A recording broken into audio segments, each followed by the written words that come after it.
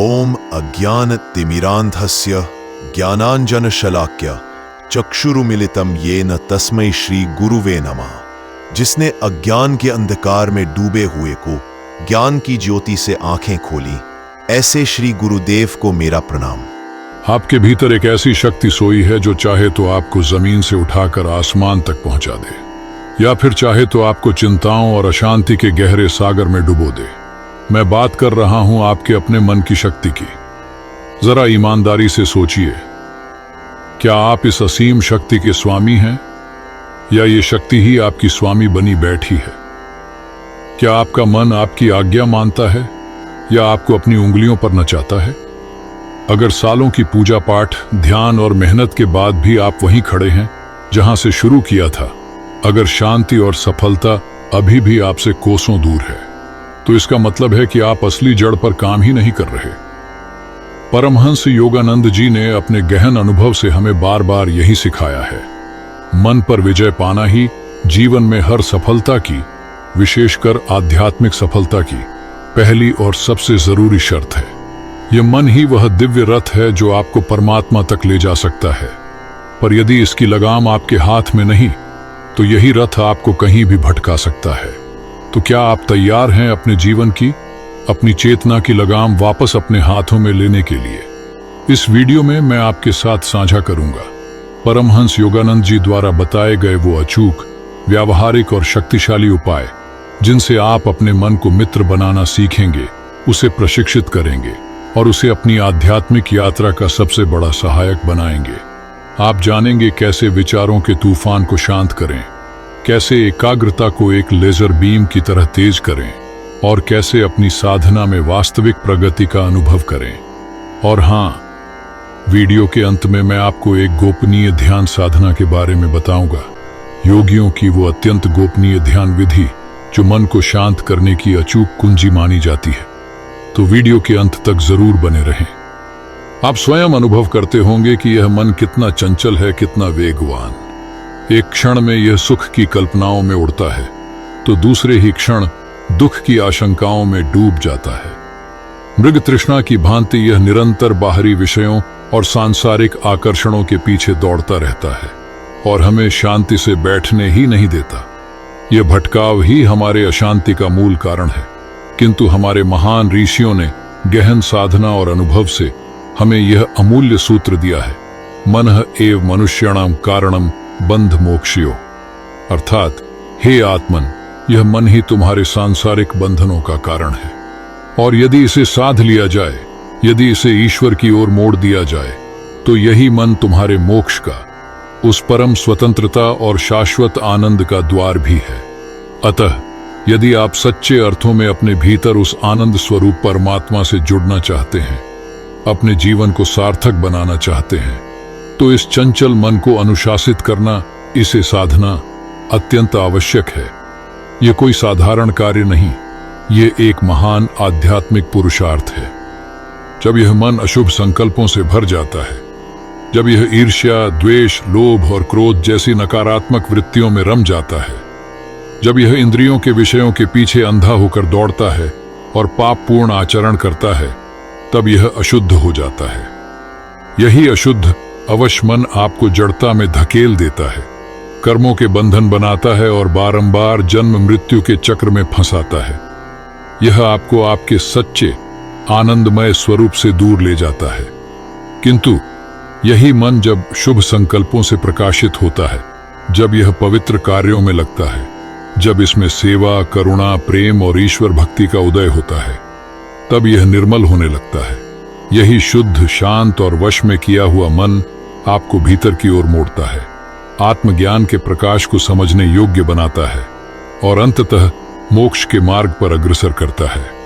तभी तो संत कह गए, निर्मल मन जन सो मोहि पावा।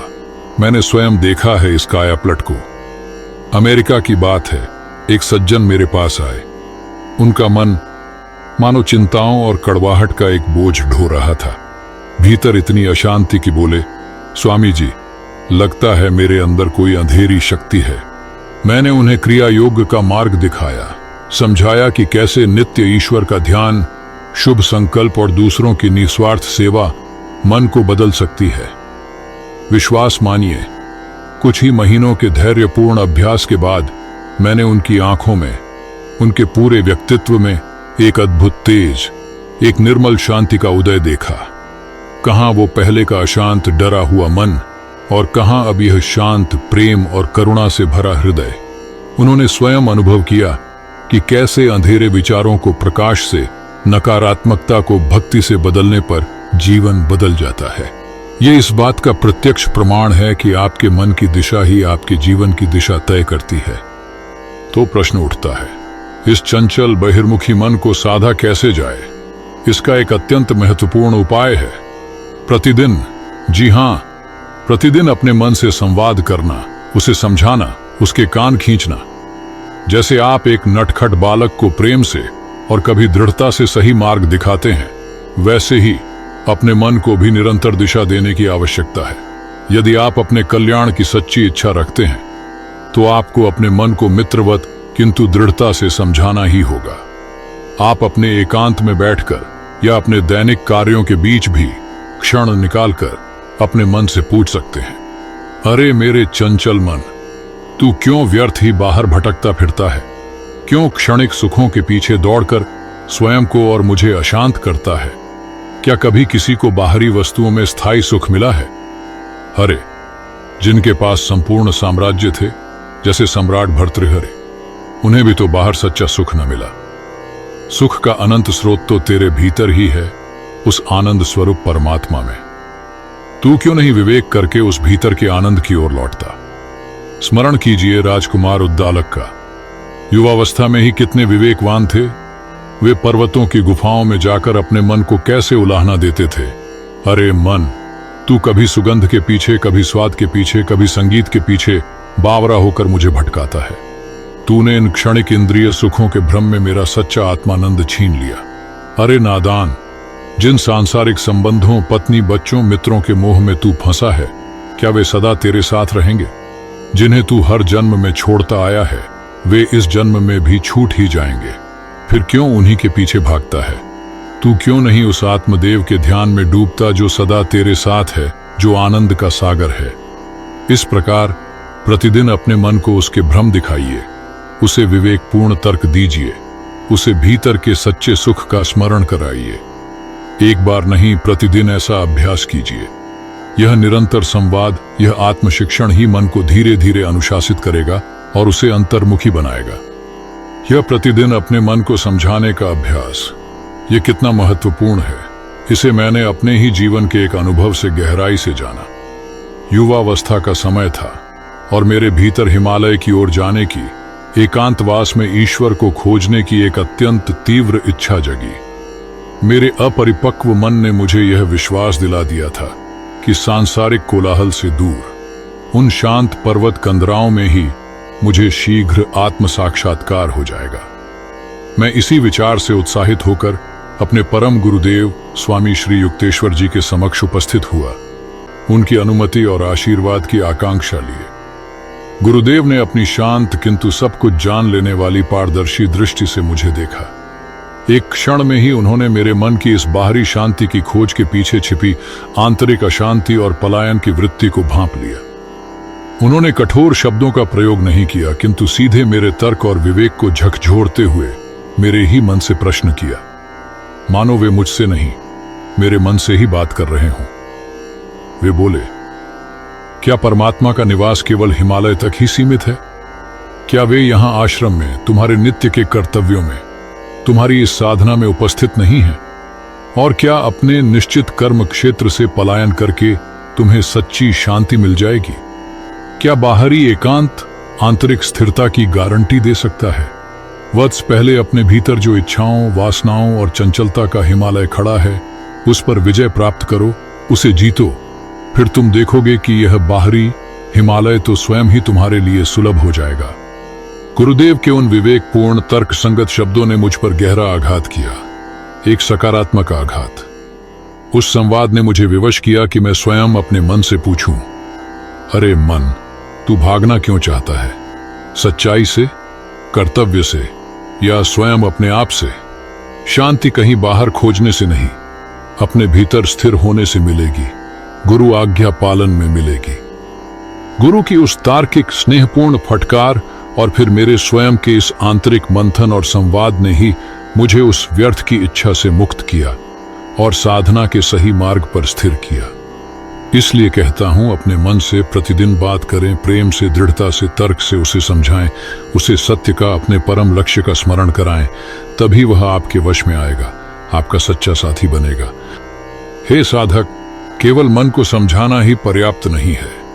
आपको उस पर 24 घंटे एक जागृत पहरेदार की भांति दृष्टि रखनी होगी। ये मन बड़ा धूर्त है, इसकी चालें बड़ी अटपटी हैं, इस पर कभी पूरी तरह विश्वास न करें। ये किसी भी क्षण आपको अपने पुराने संस्कारों और वासनाओं के जाल में पुनः फंसा सकता है। यह तर्क वितर्क करके बड़ी चतुराई से आपको विषयों के विष में घसीट सकता है। इसलिए आपको सतत सजग रहना होगा। अपने हाथ में सदैव विवेक और विचार का दंड थामे रहें। देखें कि आपका मन आपके आदेशानुसार चल रहा है या नहीं। जैसे ही आप देखें कि यह नीति और मर्यादा के विरुद्ध जा रहा है, जैसे ही यह किसी अशुभ संकल्प या कुमार्ग की ओर बढ़ने लगे, तो तुरंत उसे रोकें, उसे दंड दें। उसे यह अनुभव कराएं कि अब वह किसी असावधान व्यक्ति के हाथ में नहीं, बल्कि एक दृढ़ निश्चयी स्वामी के नियंत्रण में है, जो उसे सीधा चलाएगा, अन्यथा उसकी दुर्दशा निश्चित है। जैसे एक जागता हुआ चौकीदार चोर को चोरी नहीं करने देता, वैसे ही आपकी सतत जागरूकता मन रूपी चोर को कुकर्म करने से रोकेगी। जब आप अपने मन के चाल चलन पर निरंतर दृष्टि रखेंगे, उसके उठते हुए विचारों और भावनाओं के साक्षी बनेंगे, तो वह स्वयं ही सीधा और शांत रहने लगेगा। इस मायावी मन के जाल से बचने का यही उपाय है, अटूट जागरूकता और विवेकपूर्ण नियंत्रण। यह मन अपार शक्ति का भंडार है। यह एक ऐसे वेगवान अश्व के समान है जिस पर यदि विवेक की लगाम कसी हो तो यह आपको शीघ्र ही परमात्मा की मंजिल तक पहुंचा सकता है।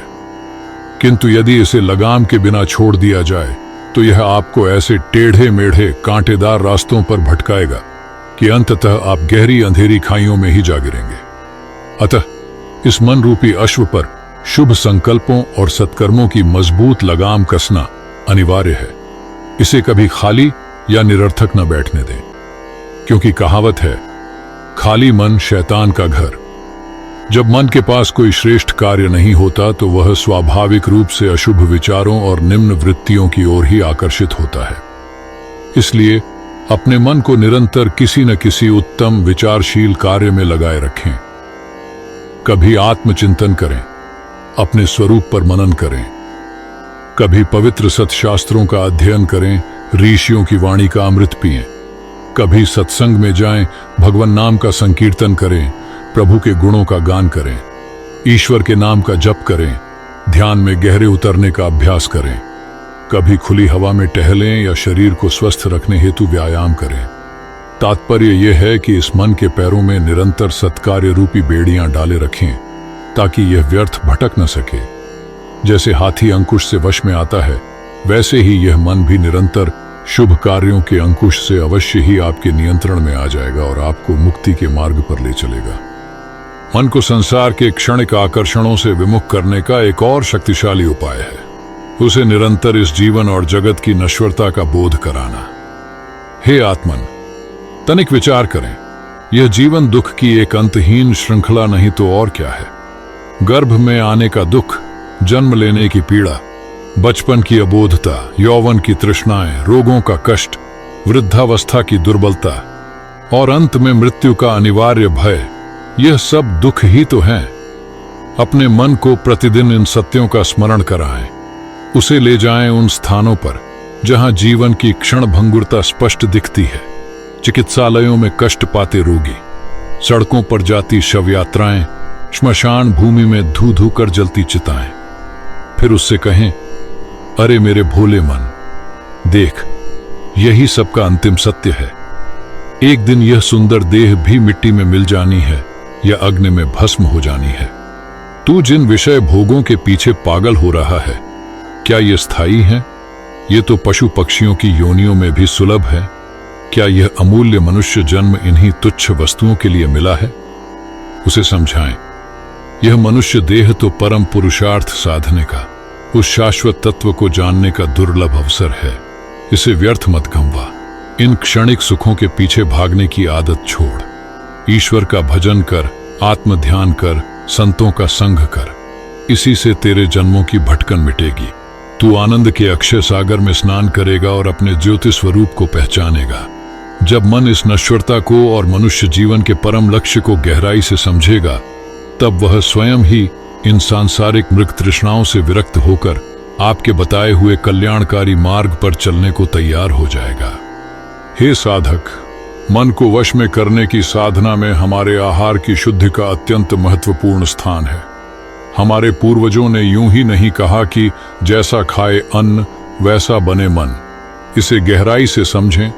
भोजन का जो स्थूल अंश है वह हमारे इस स्थूल शरीर का पोषण करता है, किंतु भोजन का जो सूक्ष्म अंश है उससे हमारे सूक्ष्म शरीर अर्थात हमारे मन और विचारों का निर्माण होता है। इसलिए यदि आप अपने मन को शुद्ध, शांत और एकाग्र बनाना चाहते हैं तो आपको अनिवार्य रूप से सात्विक आहार ही ग्रहण करना चाहिए। प्रकृति हमें जो शुद्ध ताजे फल, सब्जियां, अन्न, दूध, घी आदि प्रदान करती है वही सर्वोत्तम है। इसके विपरीत तामसिक और राजसिक भोजन जैसे मांस, मदिरा, अत्यधिक तले भुने, बासी या उत्तेजक पदार्थ ये मन को मलिन, चंचल और अशांत बनाते हैं। इनसे यथासंभव दूर रहने का प्रयत्न करें। इतना ही नहीं, भोजन कब और कैसे किया जाए इसका भी मन पर प्रभाव पड़ता है। हमारे ऋषियों ने निर्देश दिया है कि शांत चित्त से ईश्वर का स्मरण करते हुए संतुलित मात्रा में और सही समय पर भोजन ग्रहण करें। भोजन के प्रति अत्यधिक लोलुपता भी मन को वश में करने में बाधक है। कभी कभी मन जिन पदार्थों के लिए हठ करे उसे वे न देकर भी उसके हठ को शांत किया जा सकता है। अपने आहार को शुद्ध और सात्विक रखकर आप मन के सत्व गुण को बढ़ा सकते हैं, जिससे वह स्वतः ही शांत, निर्मल और ध्यान के योग्य बनने लगेगा। जैसे अशुद्ध संगति हमारे मन को नीचे गिरा सकती है, वैसे ही ईश्वर के पवित्र नाम या मंत्र का जप हमारे मन को ऊपर उठाने की, उसे शुद्ध और एकाग्र करने की अद्भुत शक्ति रखता है।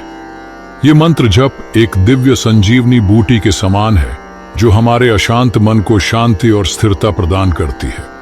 जब आप श्रद्धा पूर्वक अपने इष्ट देव के नाम या गुरु द्वारा दिए गए मंत्र का नियमित जप करते हैं तो आपके मन के चारों ओर एक विशेष सुरक्षा कवच, एक दिव्य आभा मंडल निर्मित हो जाता है। यह शक्तिशाली आभा मंडल आपको बाहरी संसार की नकारात्मक और पतित करने वाली तरंगों से, कुत्सित आंदोलनों से बचाता है। परिणाम स्वरूप आपका मन धीरे धीरे निम्न विचारों और अशुभ कर्मों की ओर आकर्षित होना बंद कर देता है। वह स्वतः ही उन विचारों और कार्यों की ओर उन्मुख होने लगता है जो आपके आत्मिक उत्थान में सहायक है। इसलिए प्रतिदिन नियम पूर्वक, प्रेम और एकाग्रता के साथ मंत्र जप का अभ्यास अवश्य करें। चलते फिरते, उठते बैठते भी मन ही मन अपने मंत्र का आवर्तन करते रहे। यह सतत जप आपके मन को सत्व गुण से भर देगा, उसे निर्मल बनाएगा और परमात्मा के ध्यान में गहरे उतरने के लिए तैयार करेगा। यह ईश्वर को प्रसन्न करने का और मन को वश में करने का एक अत्यंत सरल किंतु प्रभावी उपाय है। हे साधक, मन को वश में करने की कला का एक और महत्वपूर्ण अंग है चित्त की समता बनाए रखना। जीवन में सुख और दुख, मान और अपमान, लाभ और हानि की लहरें तो निरंतर आती जाती रहेंगी। छोटी मोटी प्रतिकूल परिस्थितियों से घबराकर अपने मन की शांति को भंग न होने दें। चाहे कोई आपकी प्रशंसा करे या निंदा, चाहे कोई आपको लाभ पहुंचाए या हानि, आप अपने भीतर अडिग रहने का अभ्यास करें। यदि कोई आपको अपशब्द कहे या कष्ट भी पहुंचाए तो भी यथासंभव क्रोध के आवेश में न आए। स्मरण रखें, क्रोध करने से आपकी अपनी ही आध्यात्मिक शक्ति क्षीण होती है, दूसरों का कुछ बिगड़े या न बिगड़े। अतः शांत रहें, अपने केंद्र में स्थित रहें और उपस्थित परिस्थिति का समाधान विवेक और बुद्धि से करें। सुख आए तो उसमें फूलकर अहंकार न करें और दुख आए तो निराशा में डूब न जाएं। स्वयं को बार बार याद दिलाएं कि यह दोनों ही अवस्थाएं स्थायी नहीं हैं। ये बादल की तरह आई हैं और चली जाएंगी। यह भी बीत जाएगा। इस मंत्र को अपने हृदय में धारण कर लें।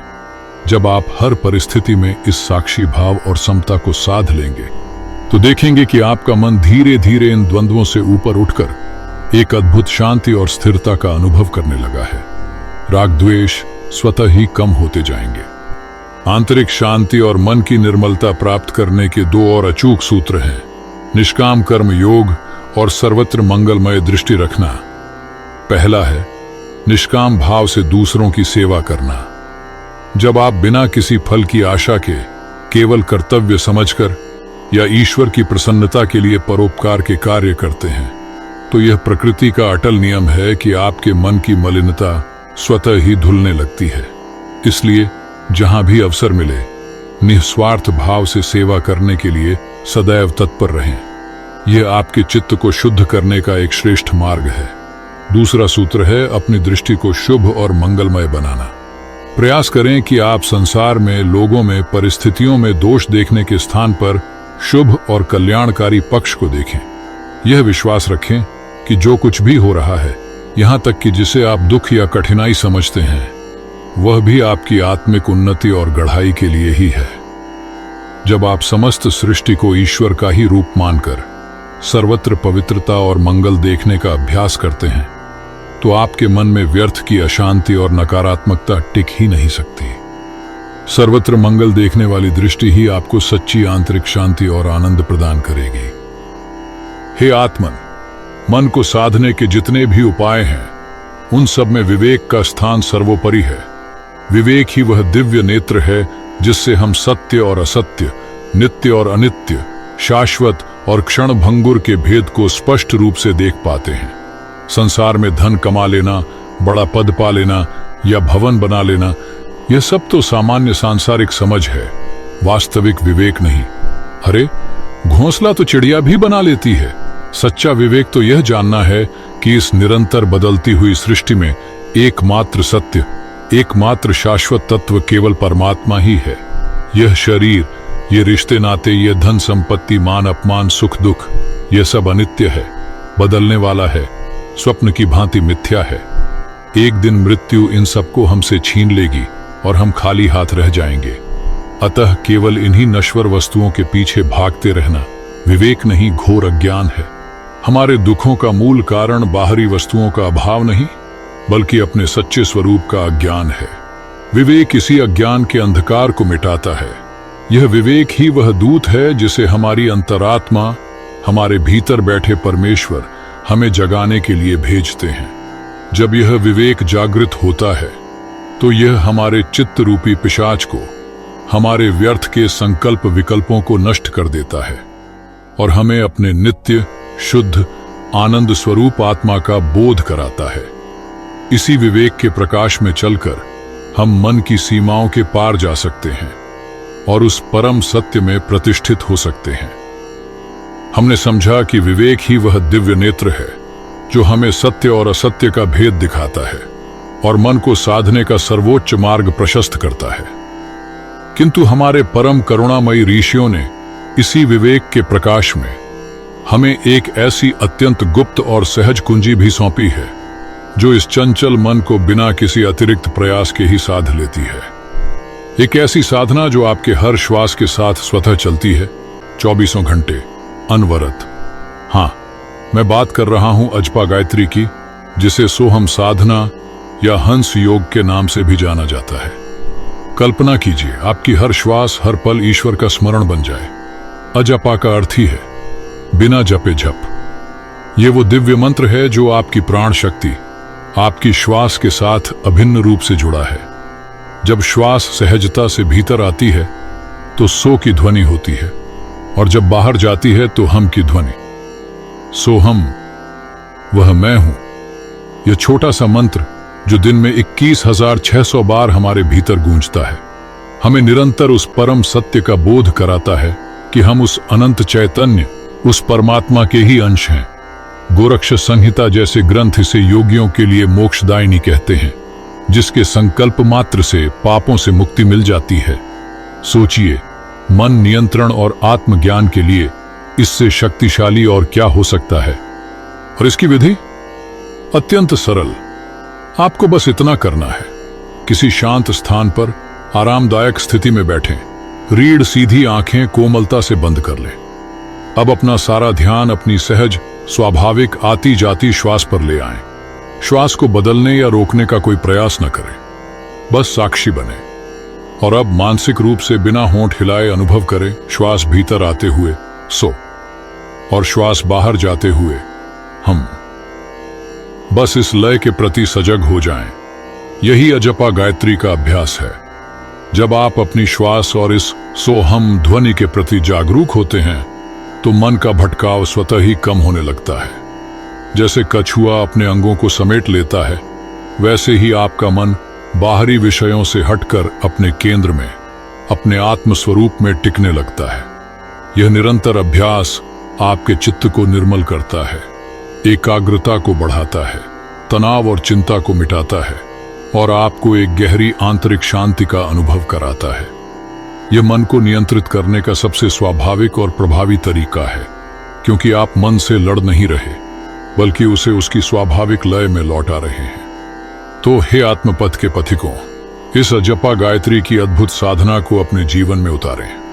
अपनी हर श्वास के साथ उस परम सत्य सोहम का अनुसंधान करें। देखें कि कैसे यह सहज अभ्यास आपके मन को शांत, स्थिर और आपके नियंत्रण में लाता है और आपको आत्म साक्षात्कार के मार्ग पर तेजी से आगे बढ़ाता है। यह आपके भीतर छिपी हुई शक्ति को जगाने की कुंजी है। तो आज की इस दिव्य चर्चा में बस इतना ही। आपको यह वीडियो कैसी लगी? अपने विचार हमें नीचे कमेंट में जरूर बताइए।